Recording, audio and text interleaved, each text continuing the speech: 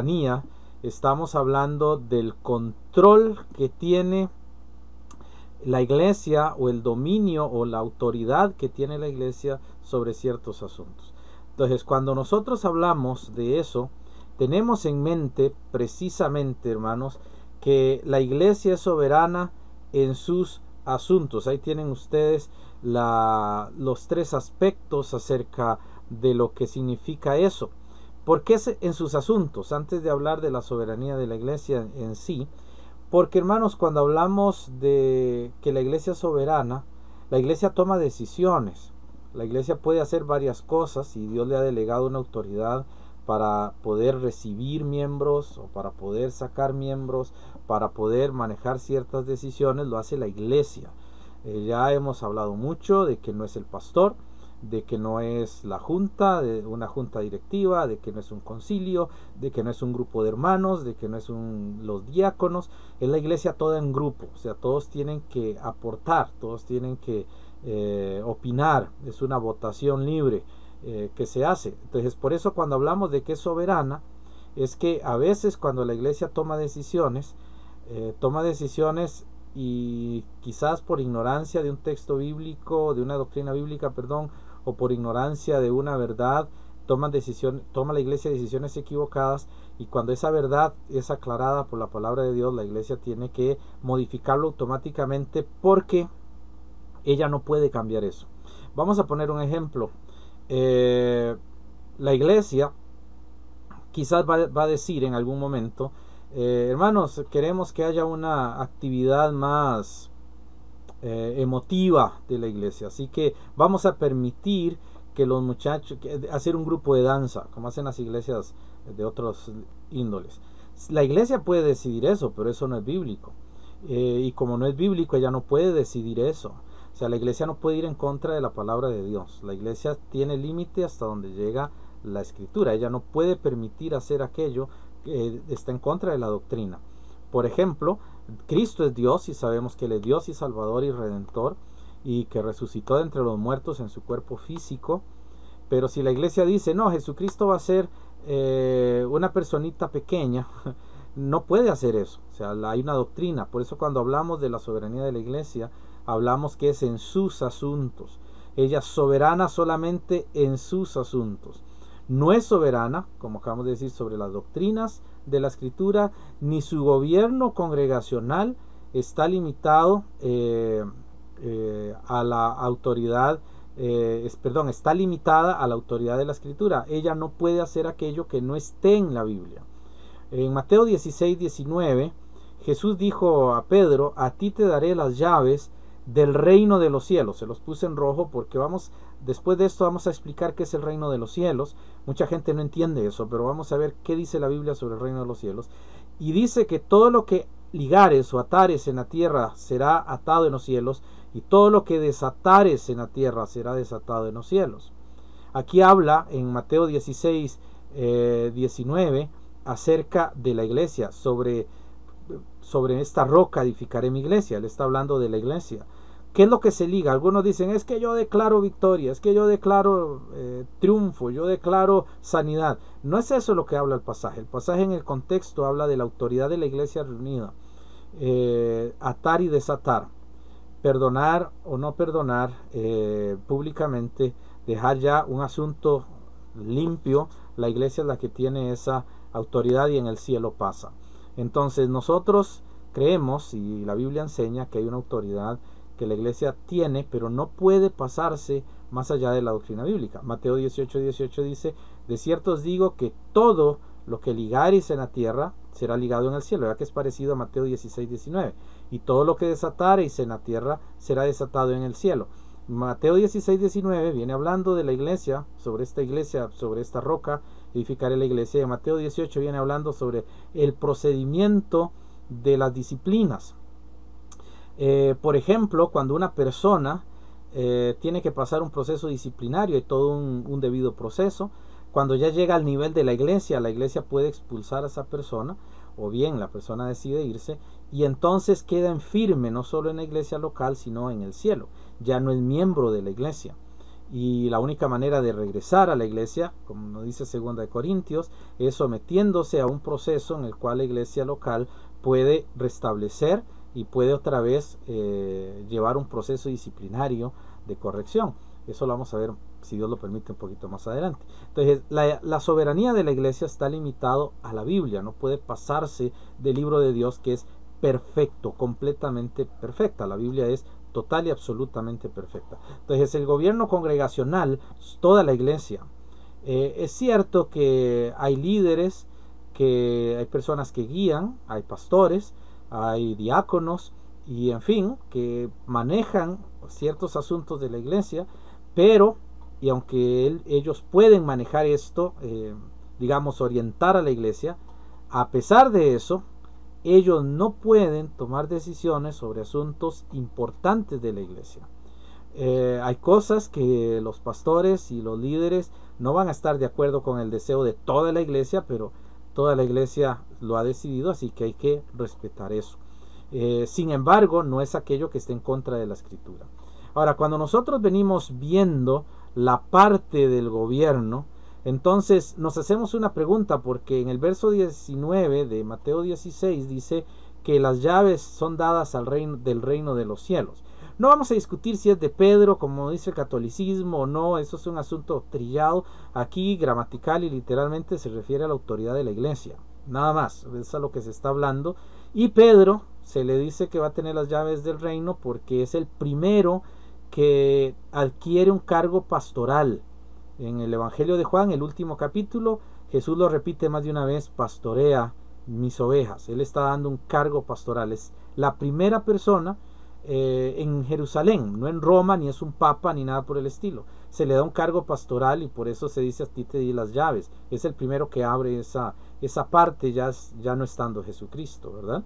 Ahora, una de las cosas que podemos observar en cuanto a esto, que es el reino de los cielos, es que vamos a ver una serie de aspectos sobre el reino de Dios que son importantes. Ha habido un mal concepto en el dispensacionalismo, que es una muy buena forma de interpretar la Biblia y es una doctrina bíblica. Hay muchas formas de interpretar esto, pero nosotros no queremos complicarnos la vida con tantas ideas y conceptos, porque a veces el protestantismo llega a eso, es más filosofía que conocimiento bíblico. Entonces queremos ir directamente a la Biblia.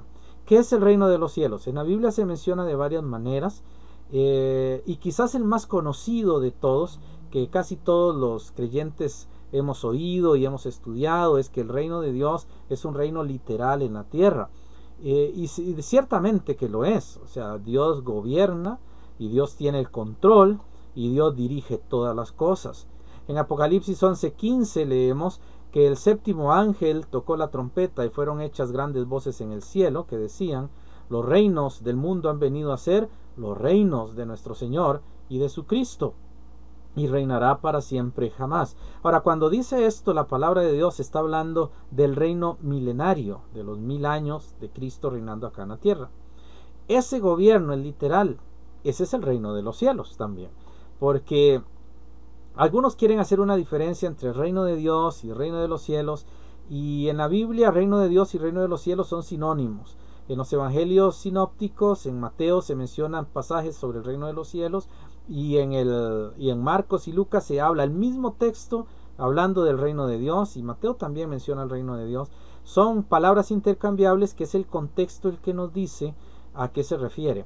En este caso, cuando se habla del reino, se habla de un reino literal. Ahora, Apocalipsis 26, vuelve otra vez el profeta a decir: bienaventurado y santo el que tiene parte en la primera resurrección. La segunda muerte no tiene potestad en estos. Antes serán sacerdotes de Dios y de Cristo, y reinarán con él 1000 años. Ahí tenemos el reino de 1000 años. Es el reino literal. Ya lo hemos visto en dispensaciones, en una serie de estudios que tuvimos anteriormente, y ya sabemos más o menos a qué se refiere eso. Ahora, esto es una forma de ver el reino de los cielos. Y ahorita va a ver por qué hablamos del reino de los cielos y estamos hablando de la soberanía de la iglesia. Ya vamos a mencionarlo muy pronto. El segundo aspecto acerca del reino de los cielos, en la pregunta ¿qué es el reino de los cielos? Es que es un reino celestial y eterno.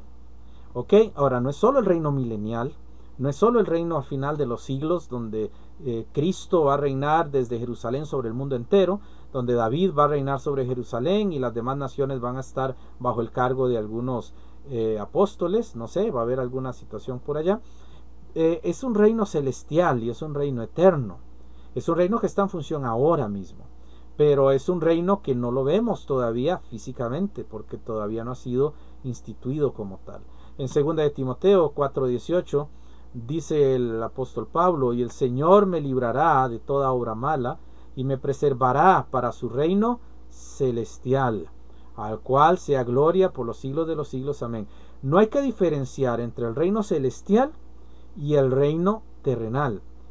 Cristo es rey en el cielo y Cristo es rey en la tierra. Cristo es rey eternamente y Cristo es rey en este lapso de tiempo. Cristo no ha dejado de ser rey, Dios no ha dejado de ser rey. Reino de los cielos equivale a Dios reinando, o sea, Él es el rey de todo, pero es un reino celestial, no es solamente el reino del milenio, equivale también al reino celestial. Asimismo, también se habla de que es un reino eterno. En 2 de Pedro 1:11 dice: porque de esta manera os será abundantemente administrada la entrada en el reino eterno de nuestro Señor y Salvador Jesucristo. Aquí no habla del milenio, aquí está hablando de llegar a la presencia de Dios y tener el reino eterno, ya no va a terminar nunca. Entonces ese reino eterno se refiere al reino de los cielos, el reino de los cielos es un reino eterno. Ahora, en 1 de Corintios 15, del 47 al 50, leemos: el primer hombre, es decir, Adán, es de la tierra, terreno. El segundo hombre, que es el Señor Jesús, es del cielo. Cual el terreno, tales también los terrenos, y cual el celestial, tales también los celestiales. Y como trajimos la imagen del terrenal, traeremos también la imagen del celestial. Esto, pero digo, hermanos, que la carne y la sangre no pueden heredar el reino de Dios, ni la corrupción hereda la incorrupción. ¿Qué es lo que está hablando aquí acerca del reino de Dios? Y el reino en el que vamos a ir, que es un reino que está de acuerdo al carácter y propósitos de Dios. ¿Y quién es el que trajo ese reino? El Señor Jesús. Y Él estuvo en esta tierra, y Él estuvo caminando en esta tierra, y Él vivió en esta tierra. Él es el Rey, Él es el Rey de Reyes, y Él es el Señor de Señores. Así que nosotros estamos confiados de que Él tiene el control de todo.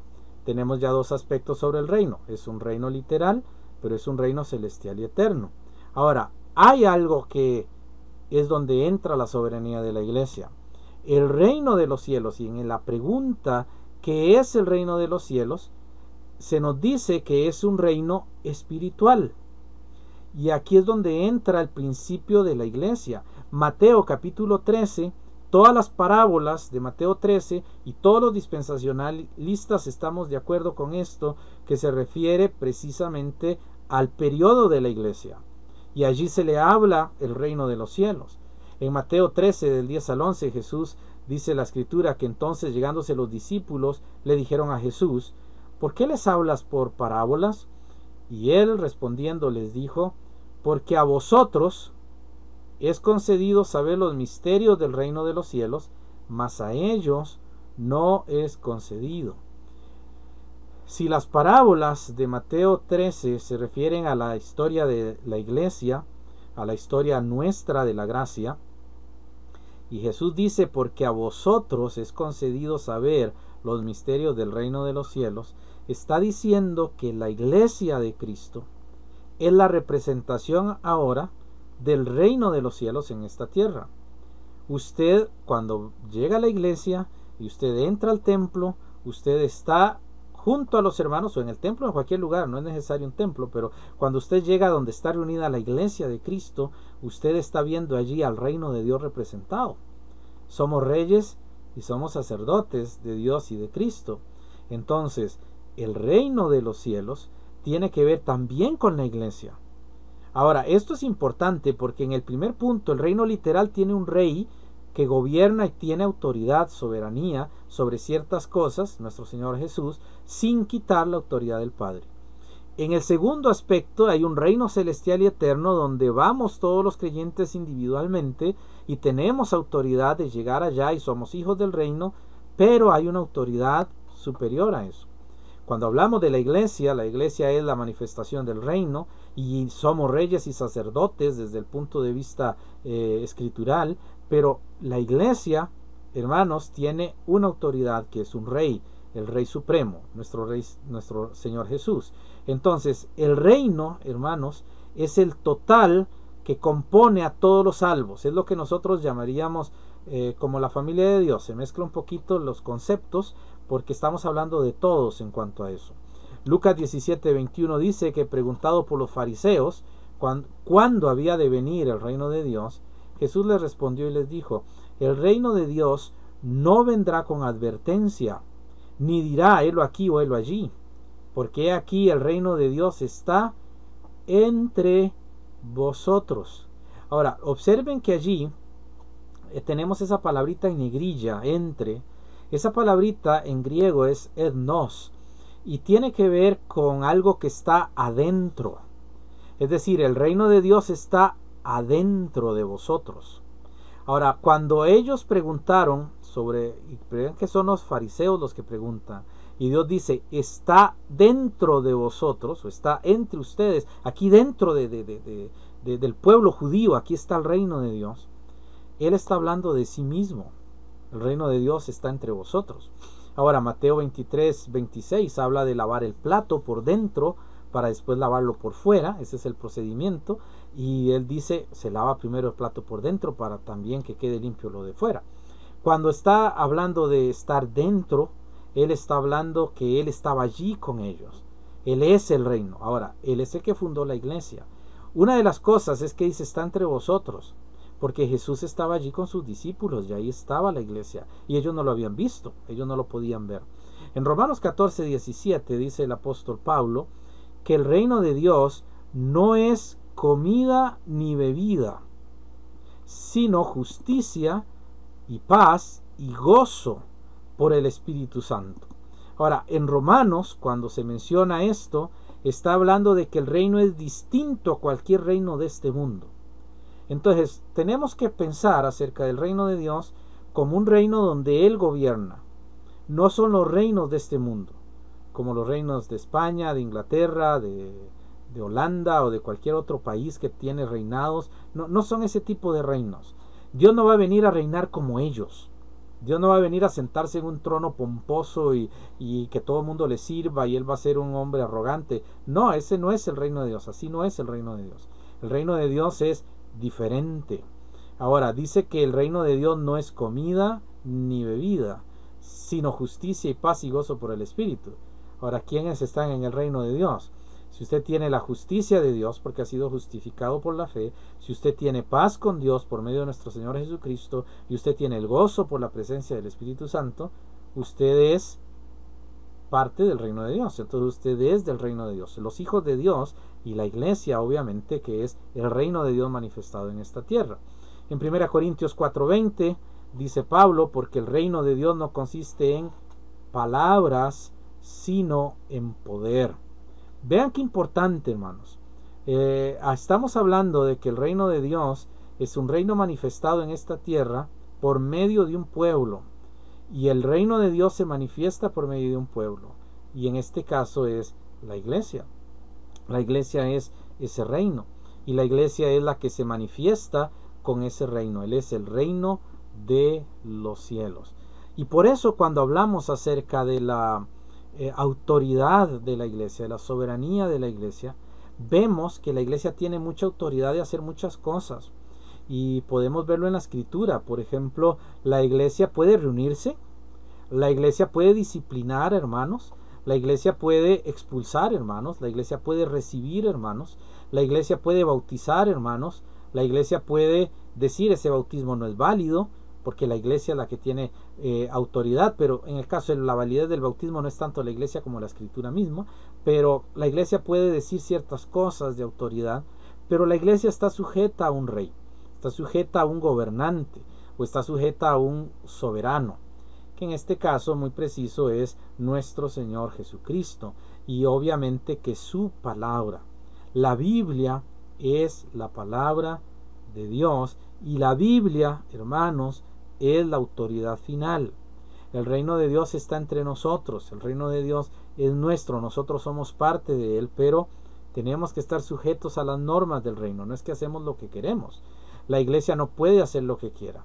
Y por eso cuando hablamos de la soberanía de la iglesia, hay varias características y hay varias funciones acerca de la iglesia que debemos respetar mucho y que debemos, hermanos, entender de la iglesia. Mucha gente no lo entiende y tristemente no lo entienden porque la iglesia entonces no puede llevar a cabo su propósito. Dios tiene un propósito para la iglesia. Ahora, siguiendo con lo del reino de los cielos, hay una situación acá interesante. Para ser miembro de una iglesia hay condiciones. El reino de los cielos tiene condiciones para ser parte de él. Hay condiciones que no podemos cambiar. No importa lo que se diga en filosofía y teología, realmente la que determina todo sobre las condiciones para ser miembro del reino de los cielos es Dios. Y por eso la palabra de Dios nos va a decir cuáles son esas condiciones acerca del reino de Dios. Es un reino que requiere condiciones. Primera Tesalonicenses capítulo 2 versículo 12 dice: y os protestábamos que anduvieseis como es digno de Dios, que os llamó a su reino y gloria. Aquí vemos dos aspectos importantes para ser parte del reino de Dios. El primero se menciona al final y el resultado de eso está al inicio. La última frase de 1 Tesalonicenses 2:12 dice que os llamó a su reino y gloria. Debe haber un llamado. La gente no puede entrar al reino sin una invitación. Entonces tiene que haber una invitación. La invitación tiene que ser recibida. No es simplemente, no es obligatoria, es una invitación. Las invitaciones no son obligatorias. Si invita a alguien y él decide si va o no va, ¿verdad? Entonces Dios va a llamar a la gente y va a esperar la respuesta. ¿Recuerdan la parábola de la fiesta de bodas? Mandó el rey a llamar a los convidados, pero ninguno llegó. Entonces, ¿qué hizo? Fue a juntar a todos los que estaban perdidos e invitándolos para que llegaran a la fiesta de bodas. Es un asunto de voluntad. Y por eso Pablo dice que debemos andar como es digno de Dios. Debemos andar como es digno de Dios. Como es mi vida personal. Ahora, ¿cómo es la vida de la iglesia? Aquí es donde entran muchos conflictos con lo de la iglesia. Hemos hablado ya sobre el gobierno de la iglesia, ya hemos explicado eso, los diferentes gobiernos, presbiteriano, episcopal, etcétera, y ya sabemos más o menos que la mayoría no son bíblicos. El término más bíblico, el gobierno más bíblico es el de la congregación. Todos los hermanos tienen que participar. No es una junta, no es el pastor, no es los diáconos. Ahora, ¿significa que el pastor no manda? ¿O significa que no hay una autoridad a seguir? No, no significa eso. Lo que significa es que la iglesia tiene una autoridad a la cual el pastor se sujeta, y obviamente que la iglesia delega sobre el pastor la autoridad de hacer ciertas cosas.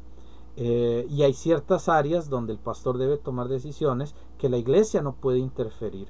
Por ejemplo, el púlpito. El púlpito es un lugar que el pastor está para controlar quién está allí, quién no. No puede subir a cualquiera, no puede pasar a cualquiera. Tiene que analizar todas las situaciones.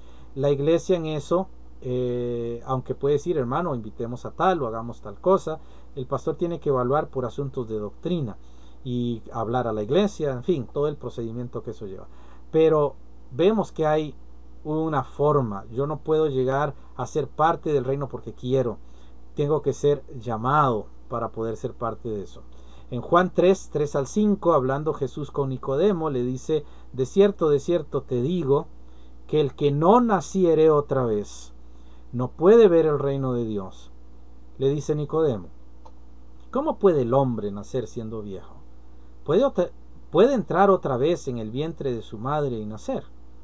Respondió Jesús entonces y le dice: de cierto te digo, que el que no naciere de agua y del Espíritu no puede entrar en el reino de Dios. La figura del agua tiene que ver con la conversión en muchos pasajes de las Escrituras, y en Juan tiene que ver con eso, la recepción de la Biblia, de la palabra de Dios, del mensaje del Evangelio para ser salvo. Nadie puede nacer de nuevo sin haber oído el Evangelio y sin que el Espíritu Santo haya impartido vida en él, porque la salvación es solo de Dios. Nosotros solo podemos decir sí o no, no es una decisión nuestra ser salvos o no, Él es el que lo decide de acuerdo a nuestra fe en Él.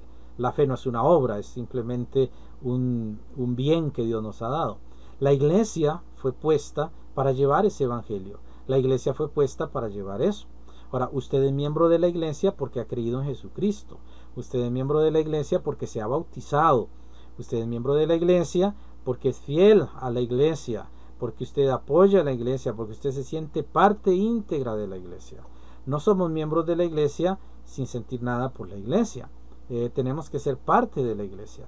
Ahora, la iglesia es un cuerpo y es el reino de los cielos, pero hay condiciones para entrar. En 1 Corintios, por ejemplo, capítulo 6, versículos del 9 al 10, se nos habla de las personas que, aunque se digan cristianos, pero viven este tipo de vida, no pueden ser miembros de una iglesia local. Y la iglesia debe, en conjunto, decir, no pueden ser miembros. 1 Corintios 6, del 9 al 10 dice, ¿no sabéis que los injustos no poseerán el reino de Dios?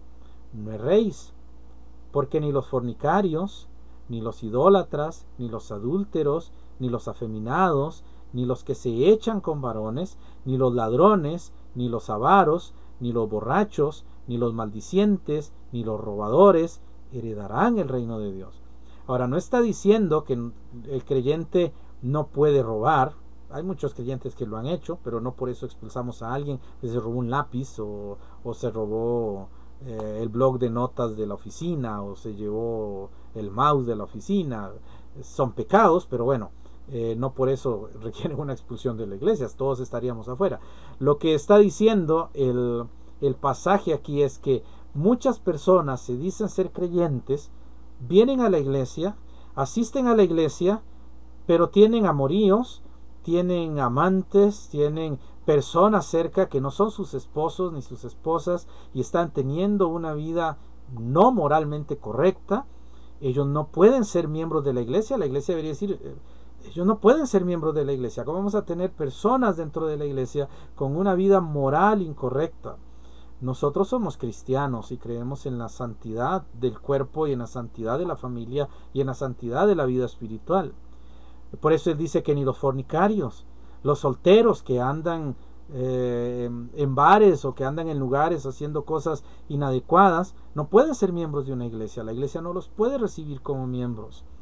Los idólatras, la Biblia dice que un avaro es un idólatra. Esas personas cerradas que solo dinero y dinero y dinero, no pueden ser miembros de una iglesia, aunque den un poco de dinero como los fariseos.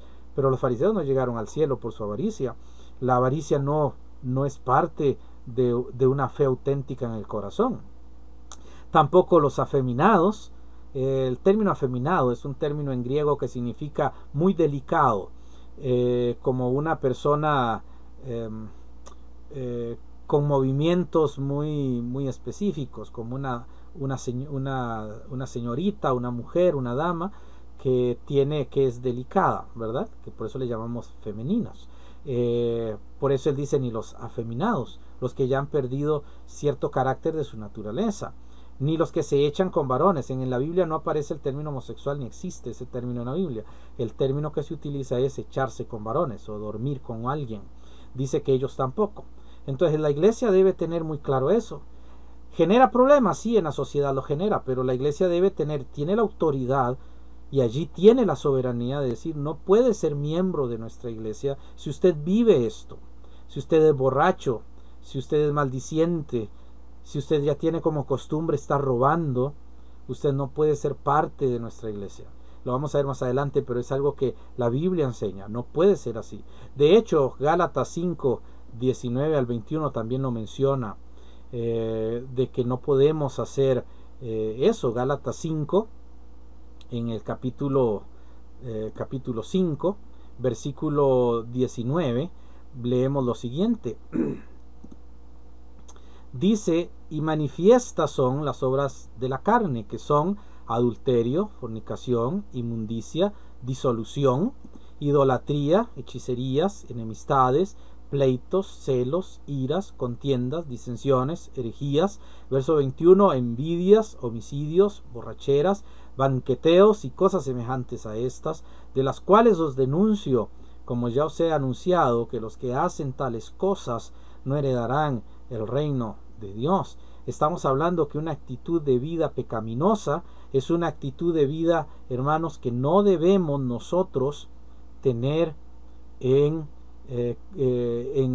forma muy liviana. Tenemos que ser muy estrictos con eso, y la iglesia no puede tener miembros de esa forma. La iglesia debe ser una iglesia que está sujeta a las normas de Dios. No puede decir, no vamos a disciplinar al que vive en inmoralidad o en unión libre. No, está dando la ofrenda, es tan buena persona, nos ayudan tantas cosas. No podemos hacer eso, porque la Biblia dice que no es correcto. Pero eso lo decide la iglesia. La iglesia tiene la soberanía de hacer eso. Dios le ha dado esa soberanía a la iglesia. Ahora, observe algo interesante también, porque cuando hablamos del reino de Dios y sus condiciones, ¿verdad? Que es un reino con condiciones. Una de esas condiciones está en Mateo 6:33. Dice, buscad primeramente el reino de Dios y su justicia, y todas estas cosas os serán añadidas. El verbo buscar es un verbo activo.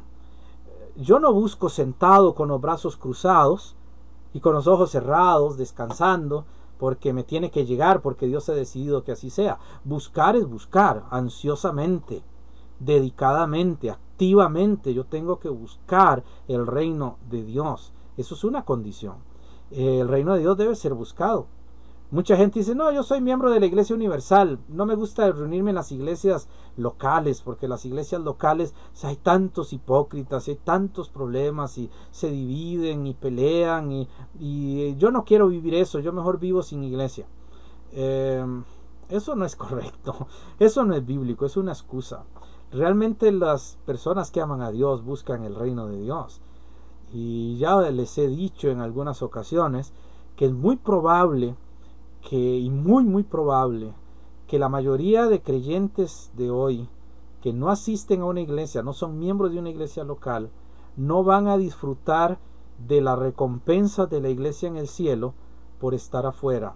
Y aunque van a ser como invitados a las bodas, no van a tener algunas riquezas que el Señor está ofreciendo a su iglesia. De hecho, las recompensas, hermanos, de cada uno de nosotros, las suyas y las mías, solo son válidas si usted está en una iglesia local sirviendo al Señor. 1 Corintios 3 nos habla de edificar con heno o madera o hojarasca, o bien con piedras preciosas. Pero ¿dónde estamos sobreedificando? En el edificio de la iglesia local. Todo lo que yo hago en la iglesia local es lo que tiene una recompensa. Fuera de la iglesia local, Dios no va a recompensar aquello que Él no ha prometido recompensar.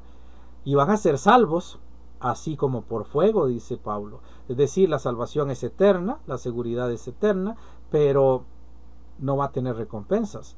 Así que pensemos si no estamos dentro de una iglesia local. La iglesia local tiene una soberanía, y entre esas está que las bendiciones que los hijos de Dios van a recibir en el cielo, muchas de esas están condicionadas a estar dentro de una iglesia local. En 2 Tesalonicenses 1:5 dice, una demostración del justo juicio de Dios, para que seáis tenidos por dignos del reino de Dios, por el cual asimismo padecéis. Las tribulaciones, lo que vivimos como iglesia, como cuerpo de Cristo, lo que estamos pasando unidos como cuerpo de Cristo, hermanos, eso es hacernos dignos del reino de Dios.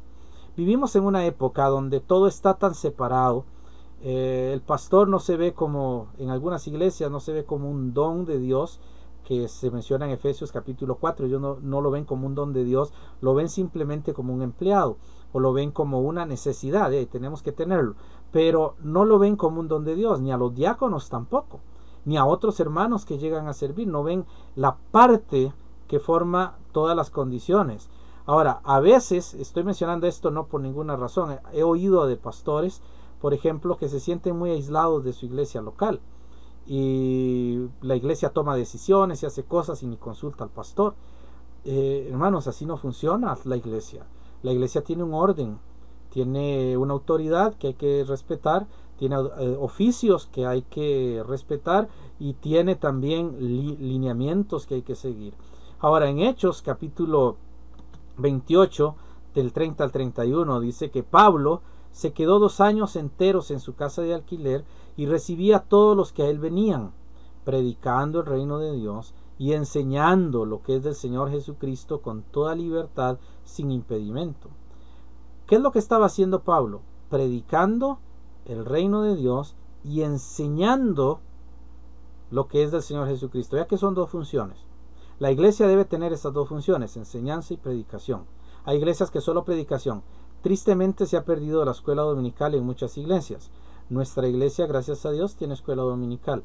La escuela dominical tiene una formación, un tema, un desarrollo de un tema, y eso ayuda a los hermanos a aprender. Hay que enseñar, también hay que predicar. Entonces tenemos escuela dominical y tenemos predicación. La iglesia debe tener ambas cosas. El culto sagrado que celebramos en el templo cuando se reúne toda la iglesia un domingo en la mañana tiene que incluir esas 2 cosas: predicar el reino de Dios y enseñar lo que Jesús ha mencionado. Si no hacemos eso, la iglesia no está cumpliendo su función como el reino de Dios. Y por esa razón es tan importante que sepamos que la iglesia es soberana siempre y cuando esté sujeta a los lineamientos del reino de Dios que Dios le ha dado. Dios ha puesto orden en la iglesia. Está la iglesia, pero hay oficios, pastor y diáconos, y deben ser puestos en su lugar, deben estar colocados en sus funciones y deben ser reconocidos, como enseña la Biblia. Y están los hermanos que deben ser también reconocidos, y la iglesia local debe entender que ella tiene una autoridad para tomar decisiones. Por eso es que cuando hay disensiones, como dice 1 Corintios capítulo 11, en cuanto a la cena del Señor, Pablo hablando de las disensiones que suceden en la iglesia, que a veces son necesarias, son importantes para ver quién está y quién no ha aprobado. Dios sostiene a quien está aprobado y Dios saca a quien no ha aprobado para que esté. Y cuando eso pasa, cuando eso sucede, la iglesia, si tiene fundamento, pasa un momento amargo, pero la iglesia se sostiene. Si la iglesia tiene doctrina, la iglesia se sostiene. Si la iglesia está firme, la iglesia se sostiene y la iglesia puede seguir.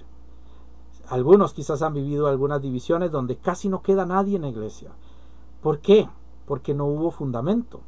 Pero cuando vienen esos movimientos, porque Satanás tiene que zarandearnos tarde o temprano, cuando vienen esos movimientos y usted ve que la iglesia queda la mayoría, hermanos, esa iglesia tiene fundamento. Esa iglesia está con doctrina, esa iglesia tiene enseñanza, esa iglesia tiene predicación, esa iglesia va en firme. No es el pastor el que la sostiene, no es las juntas directivas, ni son tampoco los concilios, ni un grupo de personas que lo está sosteniendo. Es la iglesia que se sostiene porque Jesucristo la sostiene. Eso es la iglesia de Dios. Y la iglesia se sostiene. Maravilloso es saber eso. Por eso es importante que tengamos en claro por lo menos 8 distintivos de la iglesia de Jesús, porque es importante que sepamos qué es la iglesia, cómo funciona la iglesia. Y quiero ver esos 8 distintivos antes de terminar, porque el tiempo vuela, hermano, se va muy rápido, y quiero ver esos 8 distintivos de la iglesia de Jesucristo. Son 8 distintivos básicos. El primero de ellos es la Biblia. Ella es la única fuente de autoridad para nuestra fe y práctica. Hermanos, predicamos Biblia, enseñamos Biblia, tenemos que ir a la Biblia. Saben que el discipulado que da, por ejemplo, nuestra iglesia, se llama Principios para la Vida Cristiana, primeros pasos. Los primeros pasos que se dan es pura Biblia. Si usted tiene el material, si usted lo tiene a mano, si no lo tiene, pues le voy a explicar más o menos. Cada vez que usted abre una página, trae secciones y trae preguntas, y todas tienen Biblia, porque usted tiene que ir a la Biblia, lee la Biblia para poder responder. Y a veces cuando algunas preguntas usted dice, no la entendí, porque usted tiene que entender el pasaje bíblico. Entonces cuando usted entiende la Biblia puede responder. porque nuestro objetivo es la Biblia, ella es la autoridad final. En las escuelas dominicales tenemos un material que pues esforzamos que sea bíblico y tiene muchos textos bíblicos y luchamos para que la enseñanza sea muy bíblica, para que usted pueda tener Biblia. Porque hermanos, es la Biblia la que lo forma usted, no es quien habla tan bonito y la predicación, no, es la Biblia la que hace eso. Ella es la única fuente de autoridad para nuestra fe y práctica. Lo acaba de ver, hemos visto muchos versículos bíblicos, se los estoy explicando, pero el propósito es que usted los tenga y usted pueda estudiarlos en su Biblia y pueda decir, esto es así. Vaya a la Biblia, no crea porque yo lo estoy diciendo. Usted vaya a la Biblia, porque por más que me haya esforzado, sigo siendo un humano, y el único que es sin defectos y el que es perfecto es Jesucristo y su palabra. Así que tiene que ir a Jesucristo en oración, tiene que ir a la palabra de Dios, y eso es lo que hace la iglesia, una iglesia auténtica de Jesucristo. Tiene Biblia. Ahora, la iglesia tiene autonomía, es decir, la iglesia, hermanos, no está con otra iglesia. Alguien por allí dijo que las iglesias, algunos quieren meter a la iglesia sobre otro poder. No es cierto, no se puede. La iglesia local es independiente, absoluta y completamente. Nuestra iglesia Vida Eterna es una iglesia independiente. Ni ningún misionero, ni ninguna iglesia, ni ninguna misión, ni ningún grupo de iglesias tiene que venir a Vida Eterna a decirle, iglesia, haga esto. No tiene por qué hacerlo, ni tiene esa autoridad. Vida Eterna tiene soberanía. Vida Eterna es una iglesia local. Vida Eterna es una iglesia. Puede tener compañerismo, puede compartir con otros, pero la iglesia Vida Eterna es Vida Eterna. Nadie más tiene por qué entrar. Creemos firmemente en la autonomía de las iglesias locales. No tiene que haber asociaciones, federaciones, ni nada encima. Por eso no somos parte de la Federación Alianza Evangélica. Nadie tiene que indicarnos cómo manejar nuestras iglesias, porque la iglesia es de Jesucristo y somos iglesias independientes. Podemos tener compañerismo, pero nunca estar sujetos a normas que no vienen de la palabra de Dios. La otra cosa es que la iglesia tiene solo dos ordenanzas, no símbolos. Mucha gente habla del bautismo y la cena del Señor como simbólicas. La Biblia nunca dice que son simbólicas. Búsquelo en toda la Biblia, nunca aparece el término símbolo en relación a la cena del Señor y al bautismo. Pero sí aparece la palabra orden u ordenanza. Porque cuando Jesús instituye la gran comisión, Él da una orden, id y haced discípulos bautizándolos. Ahí lo que tiene usted es un imperativo. Y un imperativo es una orden. Por eso le llamamos ordenanza. Y cuando vemos la cena del Señor y Jesús instituye la cena, dice que la celebren y lo hacen un imperativo hasta que Él llegue, hasta que Él vuelva. Y Pablo la instituye ya formalmente o sistemáticamente en 1 Corintios 11. No es un símbolo. Los protestantes y muchos evangélicos dicen es simbólico. No, no es un símbolo. Es una ordenanza. Y una ordenanza pesa. No es un sacramento. Es una ordenanza para la iglesia. Todo aquel que cree en Cristo se debe bautizar. Y todo el que se bautiza debe participar de la cena del Señor. Si usted no se ha bautizado y todavía no está en una lista de bautismo y dice no me quiero bautizar, es un desobediente. Y por ser un desobediente, aunque haya creído en Cristo, no puede ser miembro de una iglesia local y no puede participar de la cena del Señor. Si alguna iglesia omite eso y dice no, usted puede participar de la cena sin bautizarse, Dios hablará con esa iglesia a su tiempo. Problema de esa iglesia, no es problema nuestro, pero no es bíblico. La otra característica, la cuarta, es que todos los creyentes son sacerdotes. Yo soy el pastor de la iglesia, pero hermanos y hermanas, no estoy más cerca de Dios que ustedes. Dios está con cada uno de ustedes. Dios camina a su lado, Dios está en su corazón, Dios está escuchándole. Usted no necesita llegar y decir, es que el pastor, si usted no ora, Dios no me contesta. No, hermanos, Dios le va a escuchar. Dios está con usted. Todos somos sacerdotes. Eso es una enseñanza bíblica. No hay más altos ni menores en la iglesia. Todos somos iguales en Cristo Jesús. Funciones son otra cosa, oficios son otra cosa, pero en lo que hablamos de salvación todos somos iguales. La quinta es que las iglesias tienen solamente miembros salvos. Tenemos listas, hermanos, si montamos unas listas, si escribimos un documento y esto. No hablamos de las listas de las asociaciones legales. Eso es humano, ahí cualquiera puede estar. Hablamos de los hermanos en Cristo, de los que han creído en Cristo y son recibidos a bien a la iglesia. Cuando ellos entran, se consideran salvos, están bautizados, están en plena comunión con la iglesia. Creemos que son salvos, a veces nos engañan, pero hermanos, el principio es que sean salvos. Allá los que nos engañan porque no podemos conocer el corazón, pero Dios sí sabe.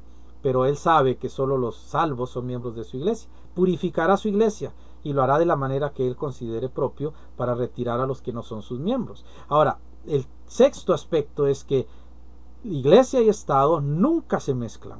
Nunca. Nunca. No hay política en eso. El séptimo lugar es que todos los creyentes tienen libertad de conciencia. Usted decide, hermano. Usted decide qué cree. Yo puedo predicarle, puedo enseñar y usted dice, no le creo. Es decisión suya. Yo nunca le voy a obligar. Como pastor nunca le voy a decir a alguien, no crea eso, crea esto. Usted decide qué quiere creer. Usted decide qué quiere seguir. Usted decide si acepta una verdad o una mentira. Usted decide eso, porque es su decisión. Usted es el responsable. Por eso hablamos de libertad de conciencia. Como libertad de conciencia, usted puede decir, no estoy de acuerdo con tales cosas que hace la iglesia. Usted tiene la libertad de decidirlo. Pero no puede cambiar las condiciones bíblicas. Solamente tenemos libertad de conciencia. Todos tenemos libertad de conciencia. Por eso creemos en la libertad de religión. No estamos oponiéndonos al catolicismo, no nos oponemos a ninguna otras religiones. No creemos que sean de Dios porque no tienen la regla de Dios. Pero hermanos, no vamos a ir a hacer guerra contra ellos. Tienen la libertad de vivir en su vida, hacer lo que quieran con su vida. Las consecuencias vendrán. Nosotros solo decimos la verdad. Solo Jesús sabe que nos ha guiado y hablamos la verdad. Cada quien toma decisión en eso. Hay libertad de conciencia. Y por último, el octavo, es que acepta solamente dos oficios, pastores y diáconos. No existe eso de ancianos. Pastores, ancianos y diáconos es una figura que no aparece en la Biblia. La Biblia menciona pastor o ancianos, que es lo mismo con los obispos, es la misma función o el mismo personaje con diferentes funciones, y los diáconos. Esa es la parte bíblica. No hay otra forma. Si la iglesia decide tener otras figuras, es decisión de la iglesia y Dios tratará con la iglesia, pero no es la parte bíblica, ¿ok? Lo distintivo de la iglesia es que se esfuerza por tener lo que Dios enseña. Ahora, ¿cuántos pastores debe haber en una iglesia? Los que la iglesia pueda sostener. Porque cuando hablamos de ancianos, la Biblia dice que se deben tener en gran estima, y la Biblia dice que se les debe reconocer el sostenimiento. Así que la iglesia es la que decide cuántos pastores puede tener. Y obviamente hay un pastor que tiene que dirigir, o si no se hace un caos. Todo esto tiene todo un procedimiento, ¿verdad? Que ya veríamos en otro tema. Así que hermanos, las doctrinas de la iglesia están sobre la iglesia y cualquier otro oficio. Pero la iglesia tiene una soberanía. Y esa soberanía, hermanos, nadie se la puede robar.